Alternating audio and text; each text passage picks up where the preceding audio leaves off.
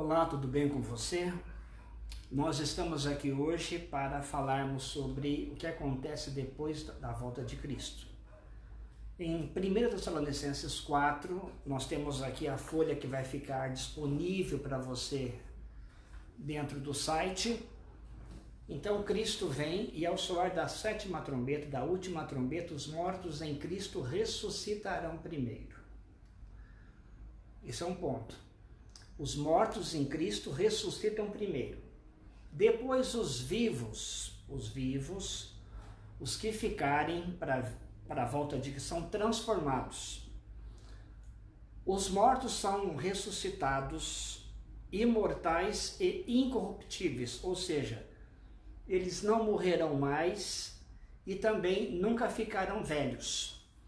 Por isso no começo do milênio. Por isso que lá no final do milênio, quando houver o castigo, no Salmo 110, lá é dito que os teus jovens, Senhor, porque lá no final do milênio só vai ter jovens na terra. Não haverá mais crianças e nem velhos e nem pessoas de meia idade. Todos nós seremos jovens para sempre. É assim que diz a palavra de Deus.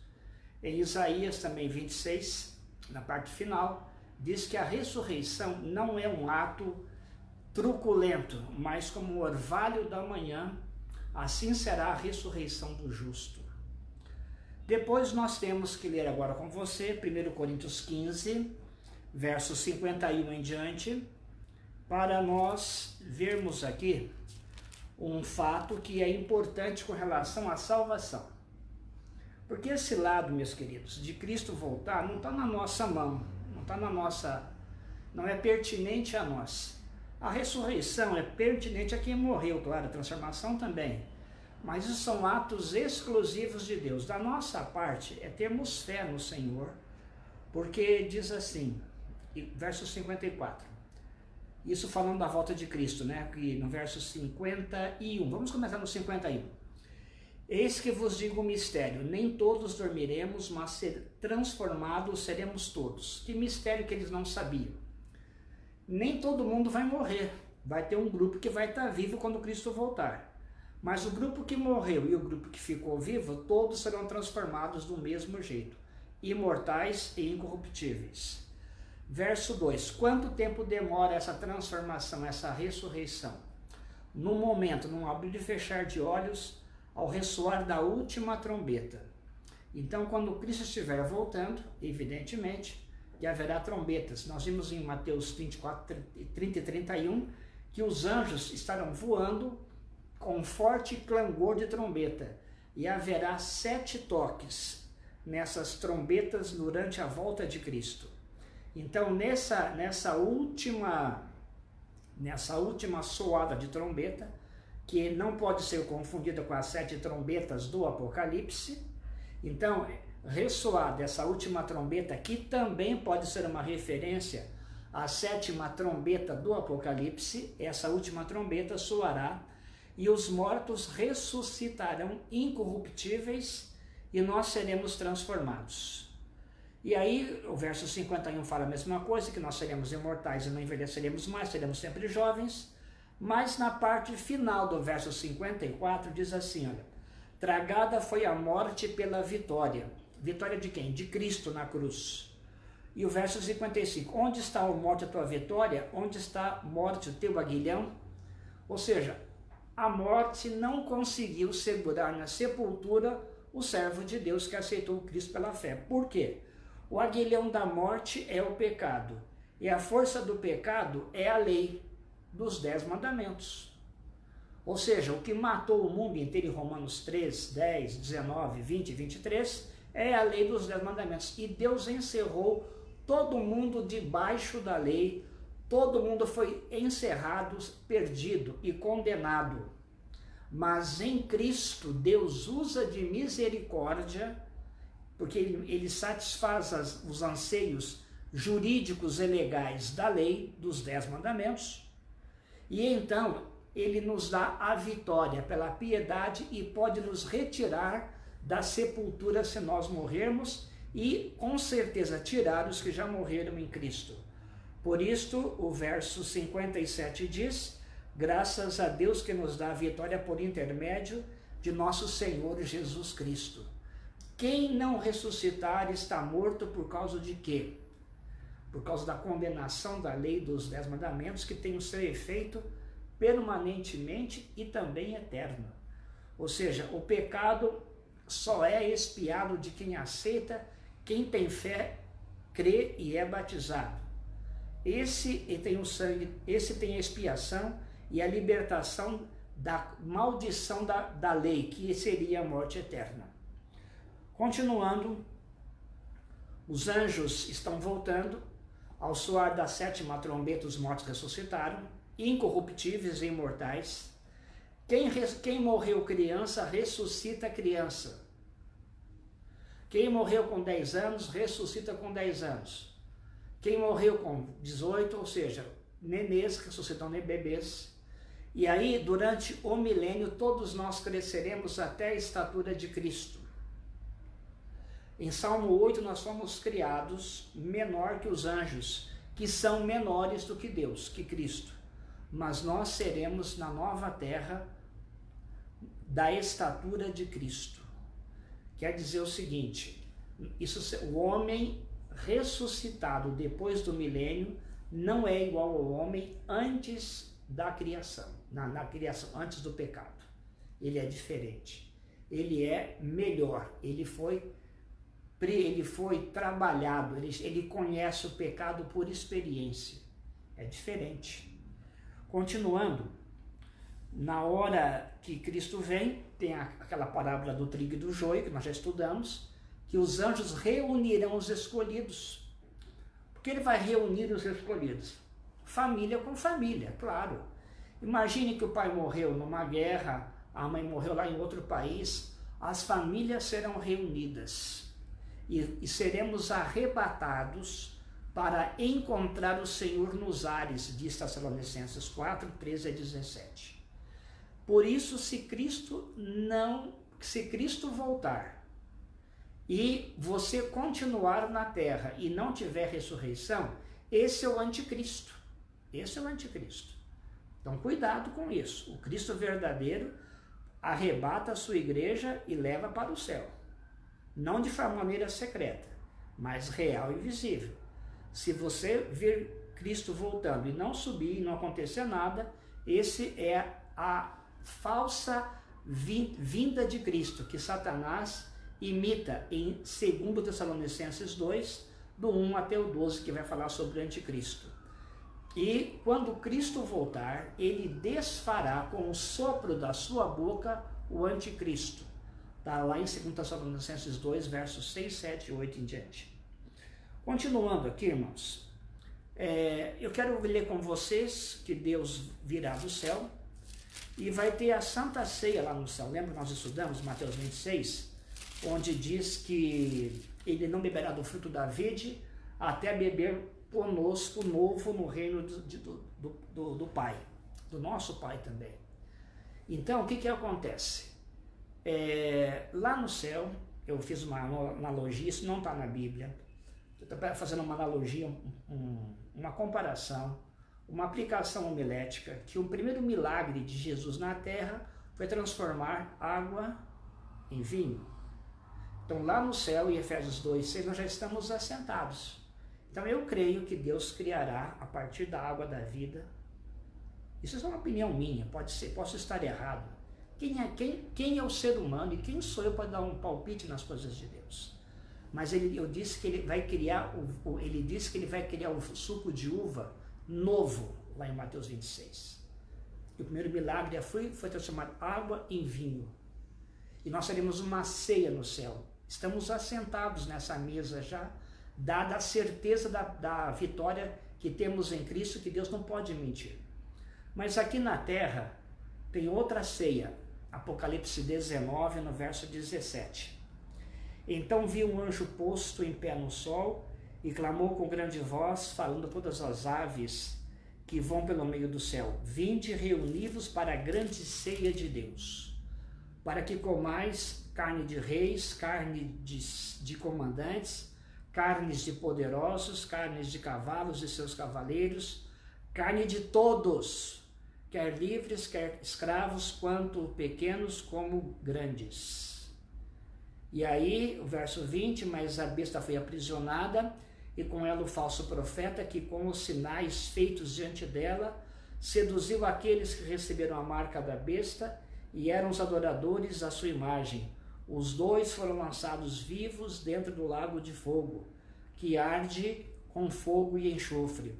Os restantes dos ímpios perdidos vivos no dia da volta de Cristo foram mortos, no verso 21, com a espada que sai da boca daquele que estava montado no cavalo, e todas as aves se fartaram das suas carnes. Então o urubu não passa fome no dia da volta de Cristo. Ok? Porque vão se fartar daqueles que não aceitaram Jesus e que foram enganados pelo anticristo, pela falsa imitação da sua vinda. Desculpe o calor que está muito quente. Continuando ainda, haverá fogo então no início do milênio, fogo, lago de fogo, mas o diabo não é lançado nesse lago de fogo. Ele só vai ser lançado no lago de fogo em Apocalipse 28, no final do milênio.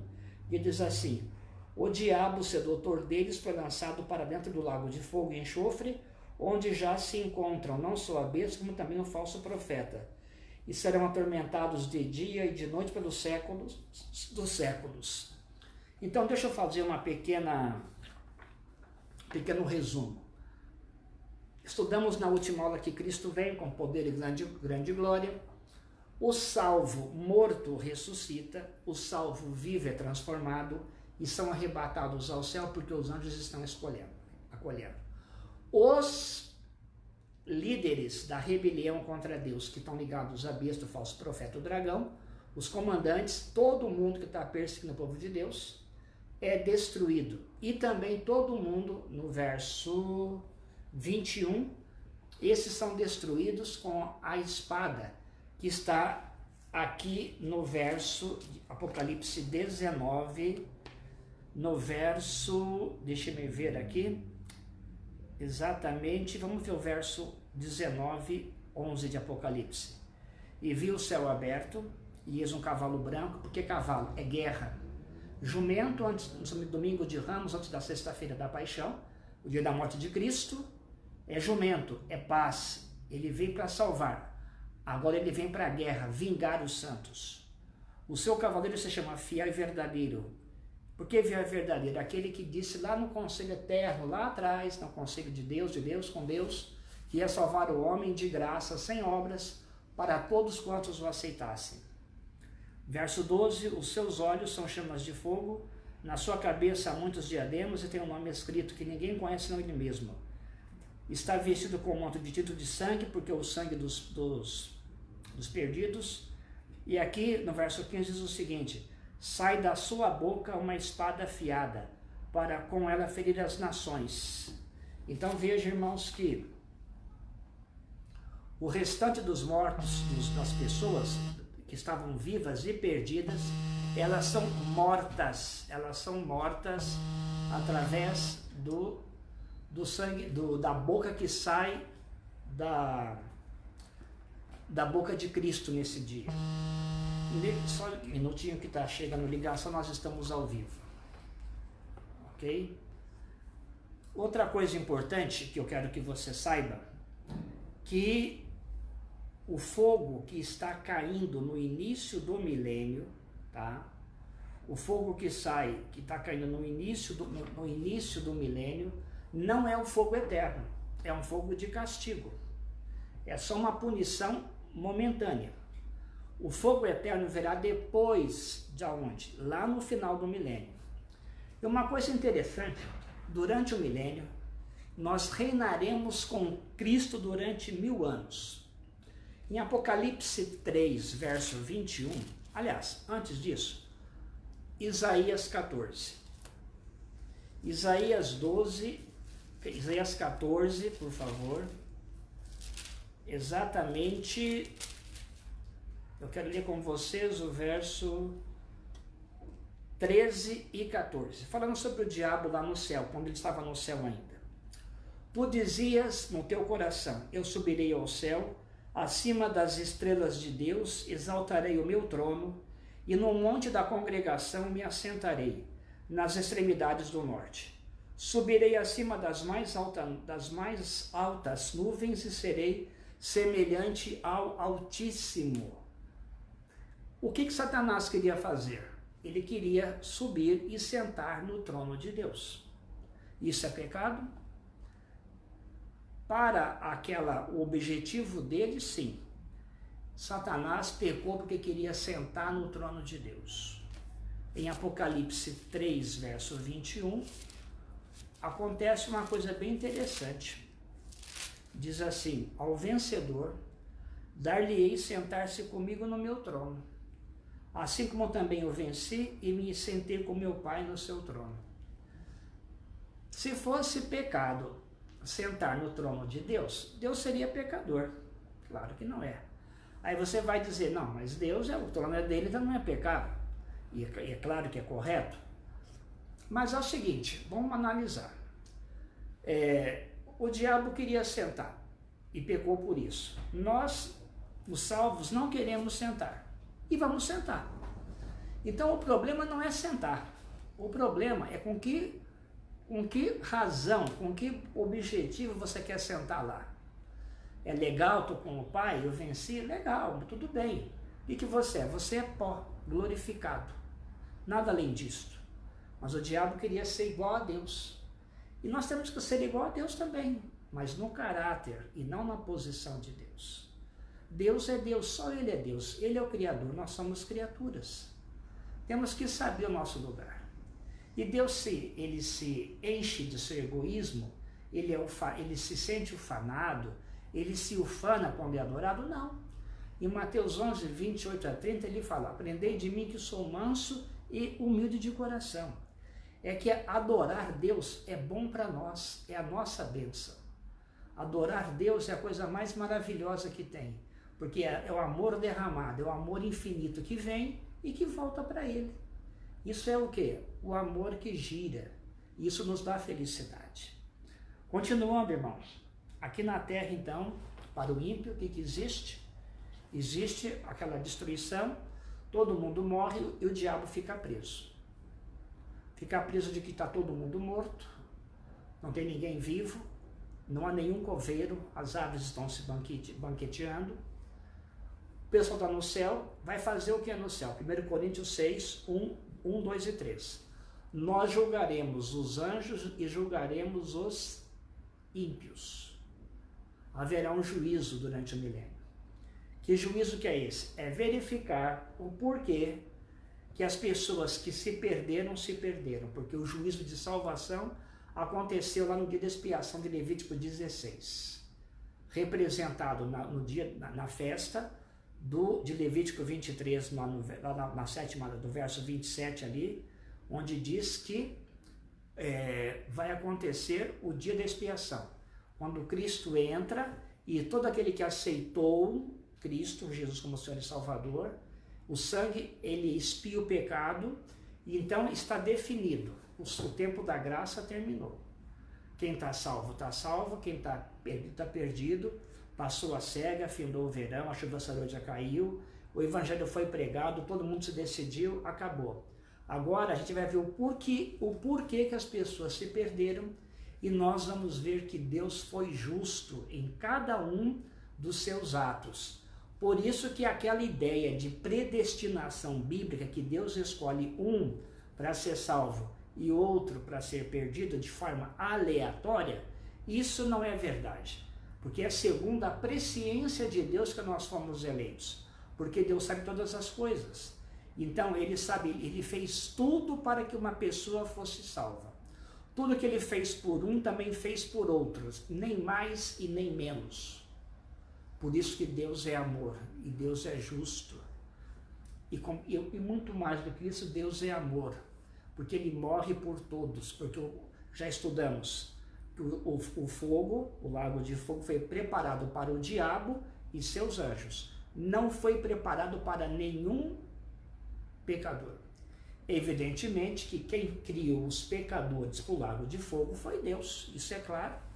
E essa ideia de um lago de fogo para o diabo e aqueles que não aceitaram, também é a ideia de Deus segundo sua lei.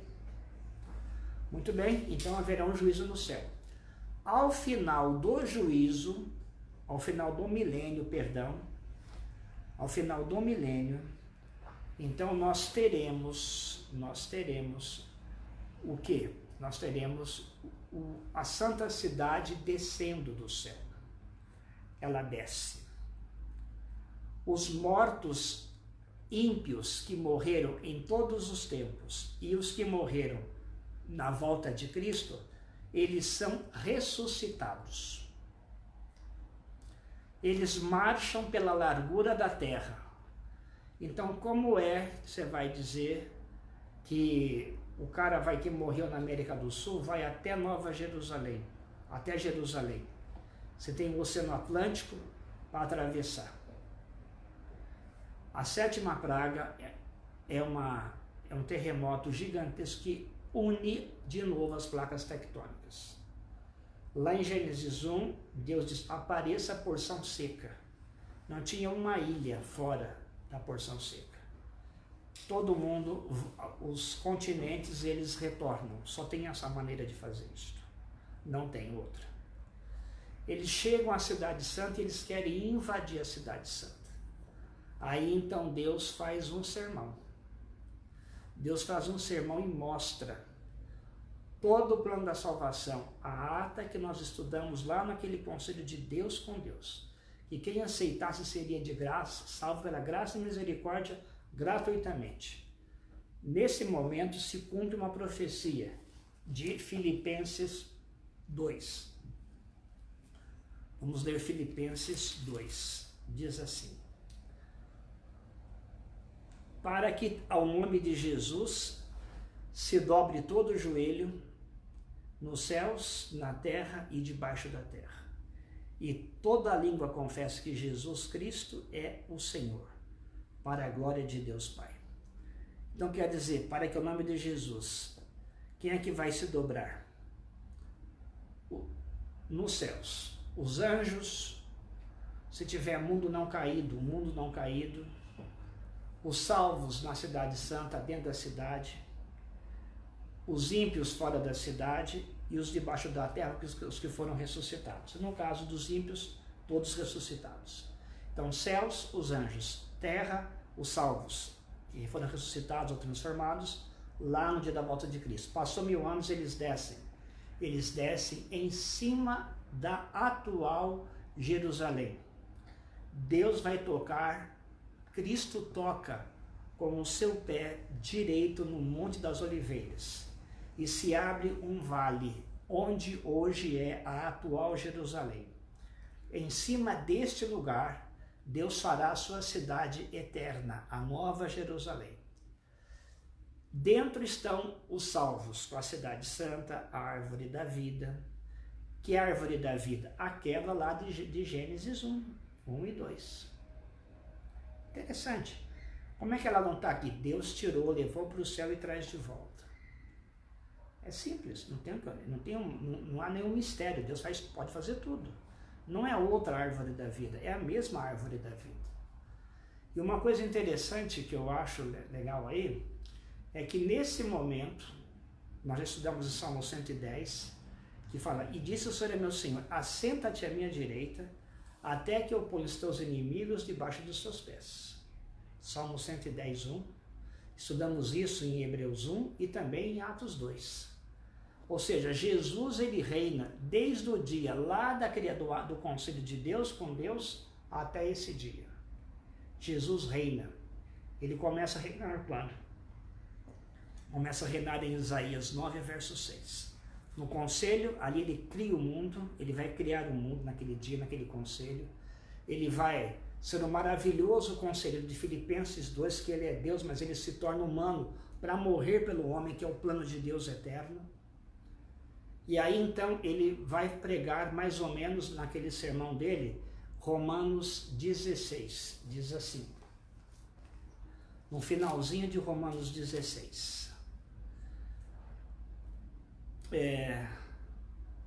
do verso 25 ao verso 27.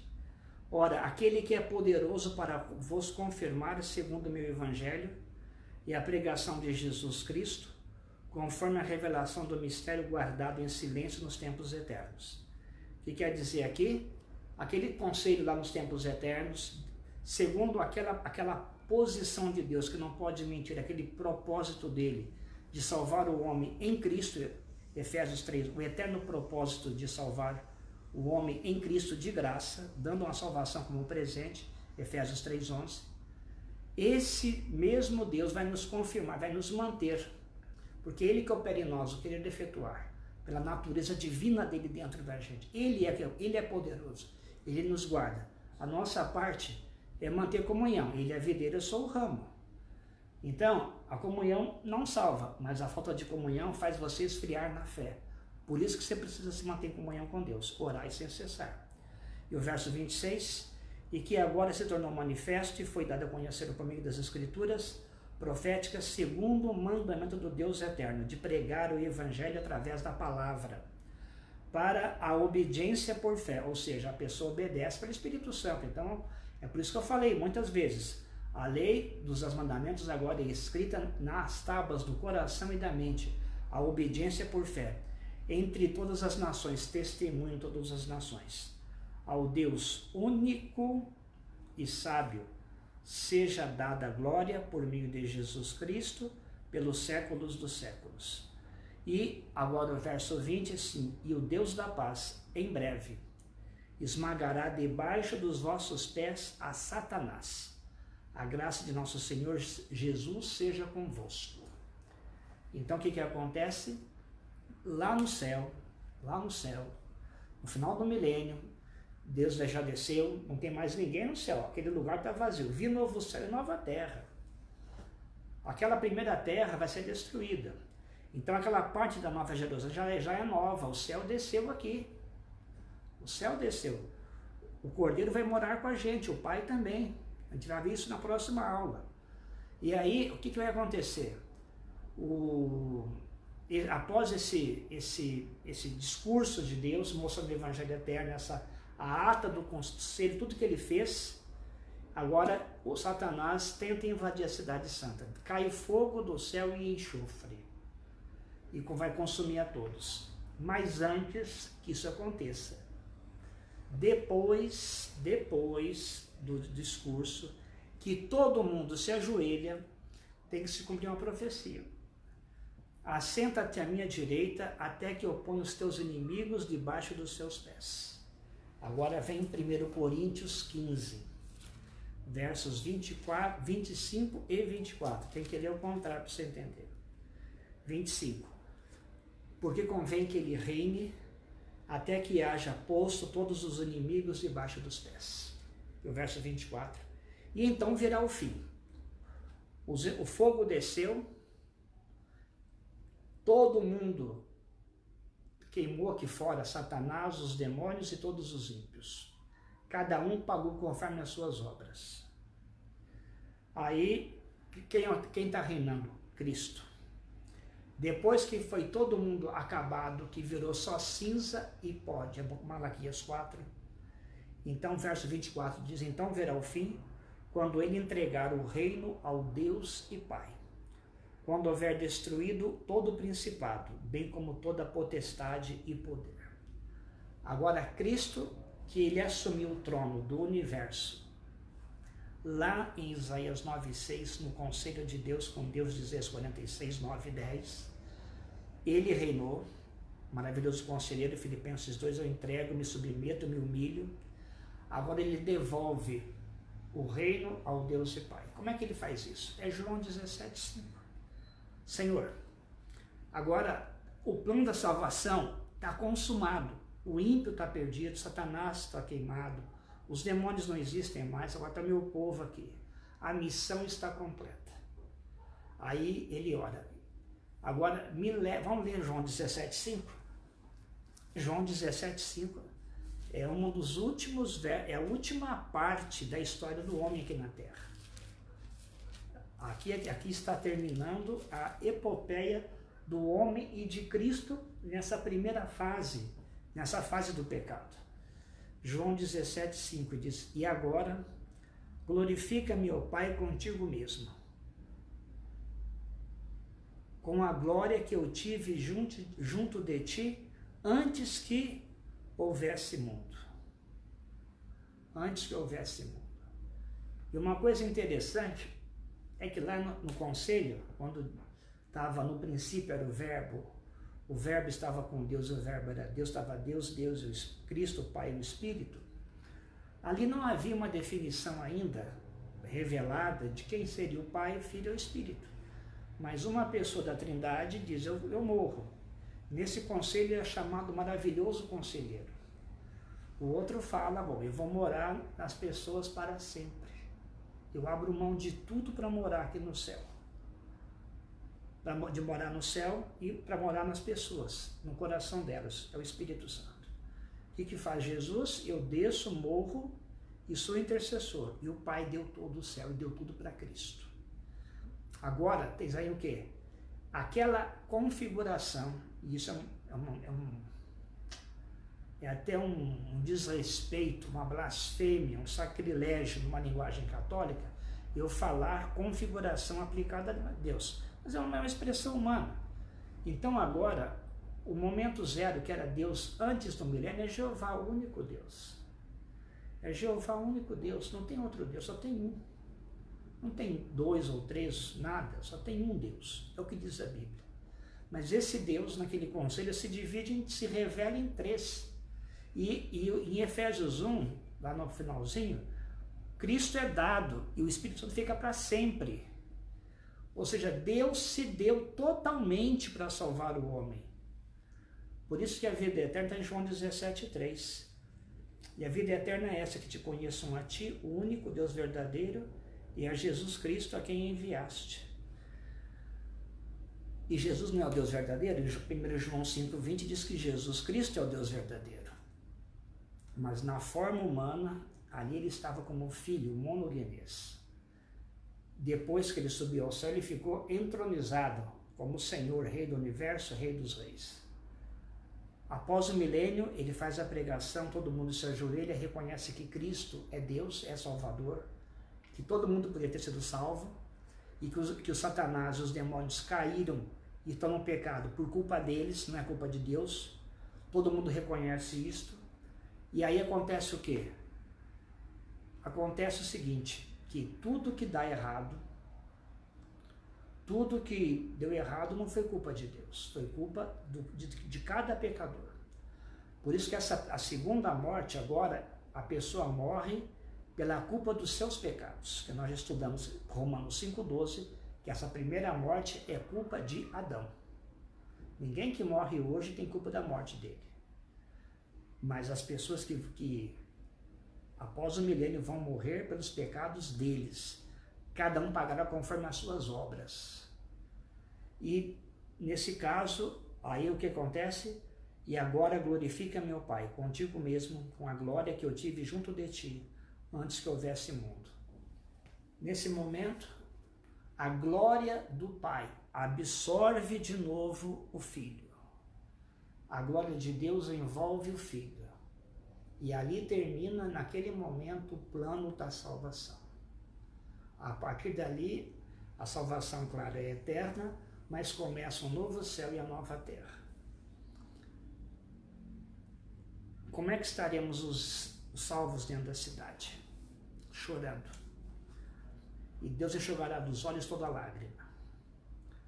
Embora tenhamos aparência de jovens, já temos mais de 1000 anos de idade, porque é 1000 anos mais o tanto que a gente viveu aqui. Matusalém, 1969 anos, vai estar chorando. Adão, 930 anos, com mais 1930, vai estar chorando. Chorando com o quê? Com aquela mortandade do planeta todo. Tamanha vai ser a emoção negativa que nós iremos sentir naquele momento. Mas Deus vai enxugar dos olhos toda a lágrima, Ele vai dizer, olha, é assim, assim, assim, e nós também ficaremos o quê?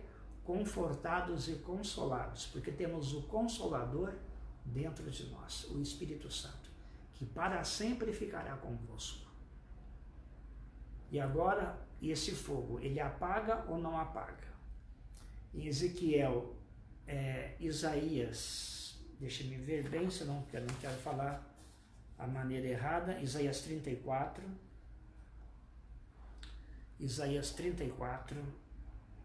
fala sobre Edom. Edom é uma cidade que é descendente de Esaú, irmão de Jacó. Diz que Edom vai se perder com fogo eterno, mas isso foi destruído com fogo eterno, mas não está queimando. Em Judas capítulo 7 diz que Sodoma e Gomorra foram queimadas como exemplo do fogo eterno, ou seja, o fogo vem queimar tudo, mas não apaga. Se eu não estou enganado, é Babi, Edra, Numeira, Safi, Laquis e Feifa, o nome dos 5 sítios arqueológicos de 5 cidades, que era uma grandona, Sodoma, uma outra um pouco menor, Gomorra, e mais 3 perto. 5 cidades, que fala que o fogo caiu sobre Sodoma, Gomorra e as cidades circunvizinhas. E lá, hoje na Palestina, nós temos 5 cidades que estão queimadas até as pedras. É o fogo de Deus, como exemplo. Nós adventistas cremos que só Deus é imortal. 1 Timóteo 6,16. Abra sua Bíblia aí. 1 Timóteo 6,16. Nós cremos que a lei de Deus é santa, justa, boa, e quem transgride essa lei morre, e todo mundo transgrediu. Para se safar dela, só o sangue de Cristo, não tem outro caminho. 1 Timóteo 6,16 diz: o único que possui imortalidade, que habita em luz inacessível, a quem homem algum jamais viu nem é capaz de ver, a ele honra e poder eterno. Só Deus é eterno, mas tem gente que diz que a alma do homem é imortal. Quem disse para Adão e Eva lá no Éden que eles não morreriam foi o diabo, a serpente. Quem disse para Adão e Eva que eles morreriam lá no Éden se pecassem foi Deus. É impossível que Deus minta. O diabo é o pai da mentira. Deus diz: o salário do pecado é a morte, mas o dom de Deus gratuito é a vida eterna. Então nós, diante dessa revelação, nós que somos adventistas do 7º dia, acreditamos que o homem não é mortal. Ele é mortal, ele não é imortal. O homem só vive se tiver a vida de Deus dentro dele, se tiver Cristo dentro dele. O dom de Deus gratuito é a vida eterna. Então, mas quem peca tem que morrer. Essa é a lógica bíblica, é assim que nós entendemos a revelação. É assim que está escrito. Nós não cremos em Platão, que inventou essa ideia de uma alma imortal. A nossa verdade se baseia na Bíblia, não nos livros de Platão, e nem na tradição dos homens. Por isso, nós temos que ser fiéis ao texto bíblico. Então, nós somos chamados de aniquilacionistas. Nós cremos na aniquilação. E a linguagem do Apocalipse de fogo eterno é simbólica, porque os seus efeitos são eternos. Como base para isto, Judas 7 e Isaías 34 falando de Edom. Que Deus abençoe vocês todos e que todas as pessoas de qualquer religião elas se entreguem cada vez mais a Cristo e que estejam abertas ao Espírito Santo para que recebam o perdão, a graça, a misericórdia e a compaixão de Deus no juízo final. Que nós aceitarmos Cristo, já temos essa graça já em nós. Mas é para manter, é comungar dia após dia, negando sua cruz e seguindo. Que Deus te abençoe. Se você puder, feche seus olhos para orar. Se não puder, fique aberto, ouvindo e ore comigo. Pai, que no dia da volta de Cristo, nós estejamos do teu lado, prontos para subir com o Senhor. Que o Espírito Santo nos mantenha firmes nesse caminho e que nós estejamos dentro da grande cidade. E, Senhor, o nosso pedido também nessa tarde é: faça com que nós tiremos do fogo, fora da grande cidade, o maior número de pessoas. Que, se for possível, Deus, a gente consiga salvar a todos. Eu sei que, infelizmente, nem todos serão salvos, mas abençoa a tua igreja e cada um de nós que está orando comigo, eu e todos aqueles que estão dizendo amém, que nós sejamos usados para tirar pessoas lá de fora e trazermos para dentro da cidade santa. Dá-nos esta graça e receba a nossa oração em nome do Senhor Jesus Cristo. Amém.